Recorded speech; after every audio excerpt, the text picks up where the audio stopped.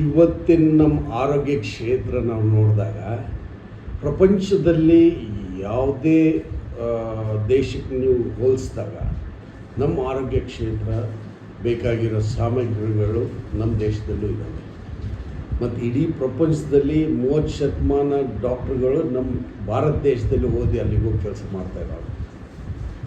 ಇಷ್ಟೆಲ್ಲ ನಮ್ಮ ಬೆಳವಣಿಗೆ ಆದ್ರೂ ನಮ್ಮ ಆರೋಗ್ಯ ಕ್ಷೇತ್ರದ ಏನು ಪ್ರಾಬ್ಲಮ್ಸ್ ಇದ್ದಾವೆ ಯಾಕೆ ಕಂಪ್ಲೀಟಾಗಿ ಝೀರೋ ಆಗ್ತಾ ಇಲ್ಲ ಯಾವುದೇ ಬೆಳೆದಿರೋ ದೇಶಕ್ಕೆ ಕಂಪೇರಬಲ್ ಆಗ್ತಾ ಇಲ್ಲ.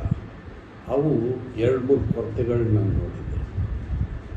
ಮೊದಲನೇ ವಿಷಯ ಅಂತಂದರೆ ಯಾವುದೇ ಒಂದು ಎಮರ್ಜೆನ್ಸಿ ಬಂದಾಗ, ಈಗ ನಾನು ಕಾರ್ಡಿಯಾಲಜಿಸ್ಟ್ ಆಗಿರೋದ್ರಿಂದ ನಾನು ಹೃದಯ ರೋಗದ ಬಗ್ಗೆ ಹೇಳಿರ್ತೀನಿ. ಒಂದು ಎದೆ ನೋವು ಕಾಣಿಸ್ಕೊಂಡಾಗ ಆ ಎದೆ ನೋವು ಹಾರ್ಟ್ ಅಟ್ಯಾಕ್ ಆಗಿದ್ದಲ್ಲಿ ಅವ್ರು ಕರೆಕ್ಟಾಗಿರೋ ಹಾಸ್ಪಿಟಲ್ಸ್ ಸೇರೋಕ್ಕೆ ಮುಂಚೆನೇ 55% ಜನ ಸಾಯ್ತಾ ಇದ್ದಾರೆ. ಅದೇ ನೀವು ಚೆನ್ನಾಗಿ ಬೆಳೆದಿರೋ ನೀವು ದೇಶ ಹೋಲಿಸಿದ್ರೆ ಹಬ್ಬ ಅಂದರೆ 15-20% ಜನ ಸಾಯ್ತಾರೆ ಹಾಸ್ಪಿಟಲ್ ಸೇರೋಕ್ಕೆ ಮುಂಚೆ. ಆದರೆ ನಮ್ಮ ದೇಶದಲ್ಲಿ ಈಗಲೂ ಜಾಸ್ತಿ ಇದೆ. ಅದಕ್ಕೆ ಬೇಕಾಗಿರೋ ಟ್ರೀಟ್ಮೆಂಟ್ ನಮ್ಮಲ್ಲಿ ಇಲ್ಲ ಅಂತಂದರೆ ಅದು ತಪ್ಪಾಗುತ್ತೆ. ಅದಕ್ಕೆ ಬೇಕಾಗಿರೋ ಅಂಥ ಡಾಕ್ಟ್ರುಗಳು ನಮ್ಮಲ್ಲಿ ಇಲ್ವಾ?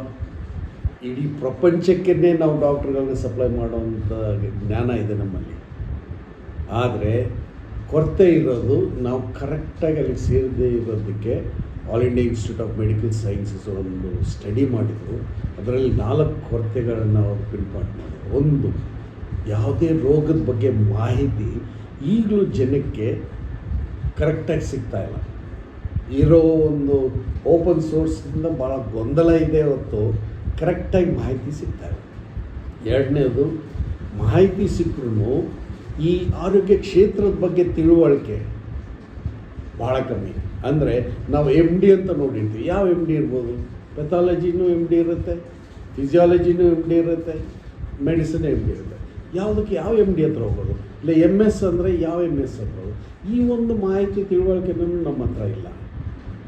ಪ್ಲಸ್ ಈ ಆರೋಗ್ಯ ಕ್ಷೇತ್ರದಲ್ಲಿ ಭಾಳಷ್ಟು ಅಳವಡೆ ಆಗ್ತಾ ಇರೋದು ಇಂಗ್ಲೀಷ್ ಪದಗಳು. ಫಿಸಿಷಿಯನ್ ಅಂತೀವಿ, ಇಲ್ಲಾಂದ್ರೆ ಸರ್ಜನ್ ಅಂತೀವಿ. ಶಸ್ತ್ರಚಿಕಿತ್ಸೆ ವಿಭಾಗ ಇಲ್ಲ ಮೆಡಿಸಿನ್ ವಿಭಾಗ ಈ ಥರ ನಾವು ನೋಡ್ತಾ ಇರಲಿಲ್ಲ. ಹಾಗಿರೋದ್ರಿಂದ ಆ ಒಂದು ಮಾಹಿತಿನೂ ಹಾಸ್ಪಿಟಲ್ ಬಗ್ಗೆ, ಪ್ಲಸ್ ಹಾಸ್ಪಿಟಲ್ ನಮ್ಮ ಬಿಲ್ಡಿಂಗ್ ಪ್ರಕಾರ ಎಲ್ಲ ನೋಡಬೇಕಾಗಿರೋದು. ಹಾಸ್ಪಿಟಲ್ ಏನು ಕೇಪಬಿಲಿಟಿ ಇದೆ, ಏನು ಅಲ್ಲಿ ಟ್ರೀಟ್ಮೆಂಟ್ ಮಾಡ್ತಕ್ಕದ್ದು ಅದ್ರ ಪ್ರಕಾರ ಒಂದು ಲೆವೆಲ್ ಇರುತ್ತೆ. ಪ್ರೈಮರಿ ಹೆಲ್ತ್ ಸೆಂಟರ್ ಅಂದರೆ ಬರೀ MBBS ಇರುವಂಥ ಡಾಕ್ಟ್ರು. ಒಂಥರ ಸೆಕೆಂಡ್ರಿ ಕೇರ್ ಎಂಟ್ರಿ ಲೆವೆಲ್ ಅಂದರೆ MD MS. ಆ ಸೆಕೆಂಡ್ರಿ ಕೇರಲ್ಲಿ ಒಳ್ಳೆಯ ಸಾಮಗ್ರಿಗಳಿದ್ದಾಗ ಅದು ಸೆಕೆಂಡ್ರಿ ಕೇರ್ ಹೈಯರ್ ಸೆಂಟ್ರು. ಆದರೆ ಸ್ಪೆಷಾಲಿಟಿ ಬಂದಾಗ ಹಾರ್ಟಿಂದು ಇಲ್ಲ ಲಿವರ್ದು ಇಲ್ಲ ಕಿಡ್ನಿದು ಈ ಥರ ಸ್ಪೆಷಾಲಿಟಿ ಇರೋ ಕಡೆ ಅದನ್ನು ಟರ್ಷರಿ ಕೇರ್ ಅಂತಾರೆ. ಅದೇ ಟಾಪ್ ಹಾಸ್ಪಿಟಲ್. ಈಗ ಮೈಸೂರಲ್ಲಿ ಹಬ್ಬ ಅಂದರೆ 4 ಇಲ್ಲ 5 ಹಾಸ್ಪಿಟಲ್ಗಳು ಈ ಲೆವೆಲ್ಗಿರೋದು. ಈ ಮಾಹಿತಿ ಎಲ್ಲರ ಹತ್ರ ಇರಲ್ಲ. ಹಾಗಿರೋದ್ರಿಂದ ನಾವು ಯಾವಾಗಲೂ ಹೋಗೋದು ಒಂದು ಚಿಕ್ಕ ಮಟ್ಟಕ್ಕಿರೋಂಥ ಹಾಸ್ಪಿಟಲ್ಗೆ ಹೋಗಿ ಅಲ್ಲಿ ಸಮಯ ಕಲಿತೀವಿ. ಅಂದರೆ ಟೈಮ್ ವೇಸ್ಟ್ ಆಗುತ್ತೆ. ಸೊ ಎಮರ್ಜೆನ್ಸಿ ಬಂದಾಗ ನಮ್ಮನ್ನು ತಡೀತಾ ಇರೋದು, ಇಷ್ಟು ಜನ ಸಾಯ್ತಾ ಇರೋದನ್ನು ಸಮಯ ಕೊಡ್ತಾ ಇಲ್ಲ. ಈ ಸಮಯ ವೇಸ್ಟ್ ಆಗ್ತಾ ಇರೋದು ಈ ಒಂದು ಕಾರಣಗಳಿಂದ. 4ನೇದು ಮೇಯ್ನ್ ಆಗಿರೋದು ಈ ಟ್ರಾನ್ಸ್ಪೋರ್ಟ್. ನಮ್ಗೆ ಬೇಕಾದಾಗ ನಮ್ಮ ಆಂಬುಲೆನ್ಸ್ಗಳು ಸಿಗಲ್ಲ. ಎಮರ್ಜೆನ್ಸಿ ಬಂದಾಗ ನಾವೇನು ಮಾಡ್ತೀವಿ, ನಮ್ಮ ಸ್ವಂತ ವಾಹನಗಳಿಂದ ನಾವು ಹಾಸ್ಪಿಟಲ್ ನೋಡೋಕ್ಕೆ ಟ್ರೈ ಮಾಡ್ತೀವಿ. ಆದರೆ ಆಂಬುಲೆನ್ಸಲ್ಲಿ ನೀವು ಟ್ರಾನ್ಸ್ಪೋರ್ಟ್ ಆದರೆ ಮಧ್ಯ ದಾರಿಯಲ್ಲಿ ಏನೇ ಆದರೂ ಒಂದು ಆಂಬುಲೆನ್ಸ್ಗೆ ಕರೆಕ್ಟ್ ಫಾಸ್ಟಾಗಿ ಯಾವುದೇ ಪ್ರೈವೇಟ್ ವಾಹನಕ್ಕಿಂತಲೂ 30% ವೇಗವಾಗಿ ಹೋಗುವಂಥ ದಾರಿನೂ ಇರುತ್ತೆ, ಎಲ್ಲರೂ ಬಿಟ್ಟು ಕೊಡ್ತಾರೆ, ಸೇರುತ್ತೂ ಇರುತ್ತೆ. ಆದರೆ ನಾವು ಆಂಬುಲೆನ್ಸ್ ಫೋನ್ ಮಾಡಿದಾಗ 108 ಎಲ್ಲರಿಗೂ ಫ್ರೀ ಅದು ನಮ್ಗೆ ಗೊತ್ತಿರೋದೆ. ಆದರೆ 108 ಎಷ್ಟು ಬ್ಯುಸಿಯಾಗಿದೆ ಅಂದರೆ ಒಂದು ಆಂಬುಲೆನ್ಸ್ಗೆ 1 ನಿಮಿಷದಲ್ಲಿ 20 ಕರೆಗಳು ಬರ್ತಾವೆ.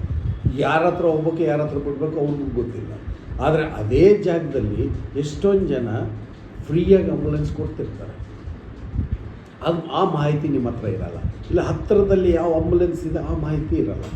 ಸೊ ಇದೆಲ್ಲ ನೋಡಿದಾಗ ಮಾಹಿತಿ ಕೊರತೆಯಿಂದ ಮತ್ತು ಟ್ರಾನ್ಸ್ಪೋರ್ಟ್ ಕೊರತೆಯಿಂದ ನಾವು ಈ ಒಂದು ಪ್ರಾಬ್ಲಮ್ಸಲ್ಲಿ ಇಷ್ಟು ಹೈಯಾಗಿ ಜನಸಂಖ್ಯೆ ಸಾಯ್ತಾ ಇರೋದನ್ನು ಟ್ರಿಪಲ್ ಆಗ್ತಾ ಇದೆ.